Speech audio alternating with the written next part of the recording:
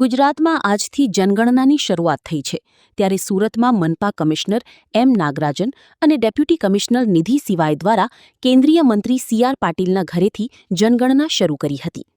જનગણના 2027 દેશના ભાવિ વિકાસ અને આયોજન માટે ભારત સરકાર દ્વારા હાથ ધરાતી સૌથી મહત્વપૂર્ણ રાષ્ટ્રીય પ્રક્રિયાઓમાંની એક છે. વસ્તી ગણતરીમાંથી પ્રાપ્ત થતી માહિતીનો ઉપયોગ સરકાર દ્વારા નીતિ નિર્માણ, વિકાસ યોજનાઓ, સંસાધનોના યોગ્ય વિતરણ, આરોગ્ય, શિક્ષણ, આવાસ, રોજગાર અને પરિવહન જેવી વિવિધ જનકલ્યાણકારી યોજનાઓના અસરકારક અમલીકરણ માટે કરવામાં આવી છે. સાચા જનગણના આંકડા વિકાસનો લાભ યોગ્ય લોકો અને વિસ્તારો સુધી પહોંચે તે સુનિશ્ચિત કરે છે. ત્યારે કેન્દ્રીય મંત્રી સી.આર. પાટીલે તમામ નાગરિકોની અપીલ કરી છે. જનગણના 2027 દેશના ભાવિ વિકાસ અને આયોજન માટે ભારત સરકાર દ્વારા હાથ ધરાતી સૌથી મહત્ત્વપૂર્ણ રાષ્ટ્રીય પ્રક્રિયાઓમાંની એક છે.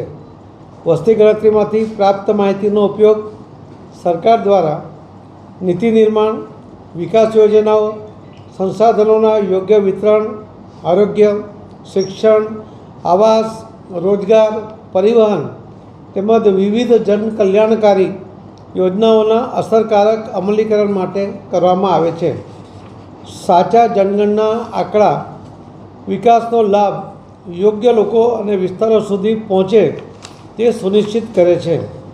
હું તમામ નાગરિકોને અપીલ કરું છું કે તારીખ 17 મે 2026થી 31 મે 2026 દરમિયાન યોજાનારી સ્વગણના પ્રક્રિયામાં સક્રિય રીતે ભાગ લો અને પોતાના ઘરે બેઠા ઓનલાઈન સાચી અને સંપૂર્ણ માહિતી નોંધાવો. આપ દ્વારા આપવામાં આવેલી માહિતી કાયદા મુજબ સંપૂર્ણપણે ગુપ્ત રાખવામાં આવે છે અને તેનો ઉપયોગ માત્ર આંકડાકીય અને વિકાસલક્ષી હેતુઓ માટે જ કરવામાં આવે છે. જનગણનામાં આપની ભાગીદારી રાષ્ટ્ર નિર્માણમાં આપનું મહત્ત્વપૂર્ણ યોગદાન છે. આવો આપણે સૌ સાથે મળીને જનગણના 2027ને સફળ, સચોટ અને સર્વસમાવેશી બનાવીએ. આપણી વસ્તી ગણતરી આપણા વિકાસ માટે છે. જે કેટલાક લોકો નોકરી માટે દિવસ દરમિયાન જ્યારે ઘરે નહીં હોય એ દરમિયાન જો એ વસ્તી ગણતરીમાં પોતાની માહિતી ન આપી શકે તો એમણે ઘરે બેઠા પણ આ યોજનાનો લાભ લઈને જાતે જ એમાં નોંધણી કરાવીને એનો ફાયદો લેવો જોઈએ.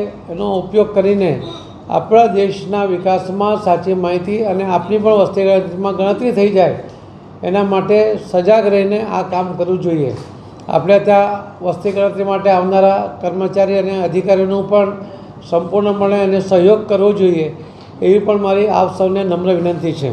મને વિશ્વાસ છે કે આ વસ્તી ગણતરીના આધારે જે સચોટ આંકડાઓ આવશે એના કારણે નીતિ આયોગ માટે કે કેન્દ્ર સરકારને પોતાના બજેટમાં કે રાજ્ય સરકારને પણ પોતાના બજેટમાં યોગ્ય જોગવાઈ કરવા માટે સંપૂર્ણ માહિતી એમને મળશે, જેના કારણે ખૂબ સારી રીતે વિકાસના કામો પણ હાથ ધરાશે અને લોકોને ખૂબ મોટો ફાયદો પણ એમાંથી મળી શકશે.